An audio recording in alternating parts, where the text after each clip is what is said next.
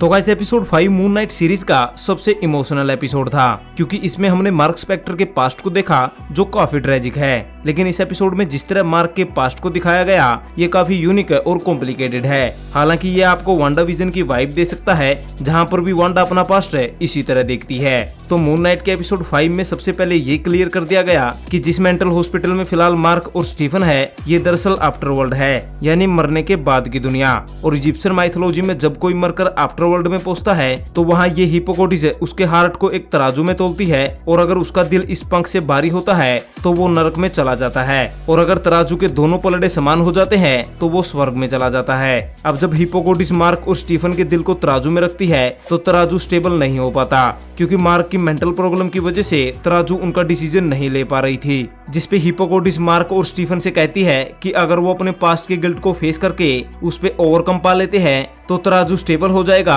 और वो दोनों स्वर्ग में जा सकते हैं। और यहीं से हमें मार्क का पास्ट दिखना शुरू होता है। अब यहाँ आप ये ध्यान रखें कि मार्क स्पेक्टर ही ओरिजिनल पर्सनैलिटी है, इसलिए पास्ट के सारे इवेंट मार्क के साथ हुए हैं। साथ ही इन इवेंट्स को एपिसोड में ऊपर नीचे करके दिखाया गया है, इसलिए यहाँ हम मार्क के बचपन से लेकर उसके मून नाइट बनने तक के सफर को देखेंगे। सो बचपन में मार्क का एक छोटा भाई होता है और एक दिन ये दोनों भाई एक गुफा में खेलने जाते हैं, लेकिन बारिश के पानी की वजह से गुफा में मार्क के छोटे भाई की डेथ हो जाती है। अब मार्क की मदर को लगता है कि मार्क अपने छोटे भाई को बचा सकता था, लेकिन मार्क ने जानबूझकर उसे नहीं बचाया, इसलिए मार्क की मदर मार्क के साथ काफी बुरा बिहेव करती है और इसका इफेक्ट मार्क पे काफी बुरा होता है। जहाँ मनी मन मार्क अपनी माँ से डरने लग जाता है और उसने उस डर से सामना करने के लिए स्टीफन ग्रैंट नाम की एक पर्सनैलिटी बनाई। जहाँ स्टीफन ग्रैंट को मार्क के बारे में और उसके मरे हुए भाई के बारे में कुछ नहीं पता होता। बस जब मार्क की मदर उसे टॉर्चर करती है तो वो स्टीफन ग्रैंट में बदल जाता है। अब कुछ टाइम इसी तरह चलने के बाद मार्क की मदर की डेथ हो जाती है,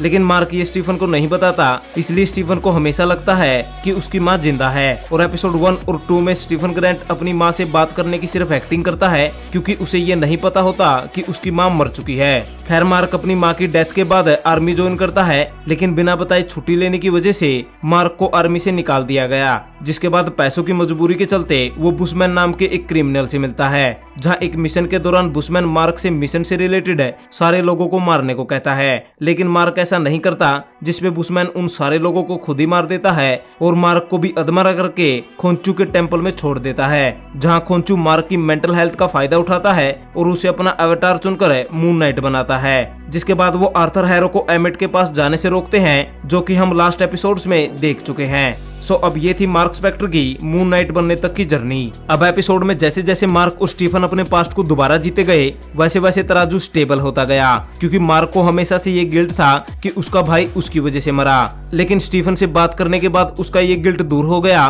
साथ ही मार्क ने स्टीफन से भी बहुत सारी बातें छुपा रखी थी और इस एपिसोड में स्टीफन सब जान जाता है, इसलिए तराजू और भी स्टेबल हो जाता है। लेकिन यहाँ गड़बड़ ये होती है कि वहाँ रियल वर्ल्ड में आर्थर एमिट को जिंदा कर चुका है, इसलिए जो लोग फ्यूचर में क्राइम करने वाले हैं उनको अभी से मारकर हेल में भेजा जा रहा है। इसलिए हिपोकोटिस मार्क और स्टीफन की मदद करती है वापस रियल वर्ल्ड में लौटने के लिए। अब आप यहाँ इस बात का ध्यान रखें कि स्टीफन ग्रैंट मार्क की वजह से एग्जिस्टेंस में आया है, इसलिए जब स्टीफन ग्रैंट मरता है तो मार्क को कुछ नहीं होता, जबकि मार्क का सबसे बड़ा गिल्ट स्टीफन ग्रैंट ही था, इसलिए उसके मरते ही मार्क हेवन पहुंच जाता है। इजिप्शियन माइथोलॉजी में हेवन को फील्ड ऑफ रीड्स भी कहा जाता है। साथ ही इजिप्शियन माइथोलॉजी में हेवन को गोल्डन कलर से ही दिखाया जाता है। तो यहाँ हम मान सकते हैं कि जैसे ही तराजू स्टेबल हुआ तो मार्क, जो कि ओरिजिनल पर्सनैलिटी है, वो हेवन में पहुंच गया। और अब अगले एपिसोड में हमें यही दिखाया जाएगा कि कैसे मार्क हेवन से वापस लाइफ में आएगा, जिसमें मार्क की थर्ड पर्सनैलिटी जैक लोकली कोई इंपॉर्टेंट रोल प्ले कर सकती है। इसके बारे में हम नेक्स्ट वीडियो में जरूर डिस्कस करेंगे। तब तक आप हमें कमेंट में बताएं कि आपको ये एपिसोड कैसा लगा। साथ ही अब अगर आपको हमारी ये वीडियो पसंद आई तो इसे लाइक और शेयर जरूर करें। ऊपर से इसी तरह के सुपर कंटेंट के लिए हमारे चैनल को जरूर सब्सक्राइब करें। Thank you guys, this is Vicky Simar and you watching the Vicky Simar.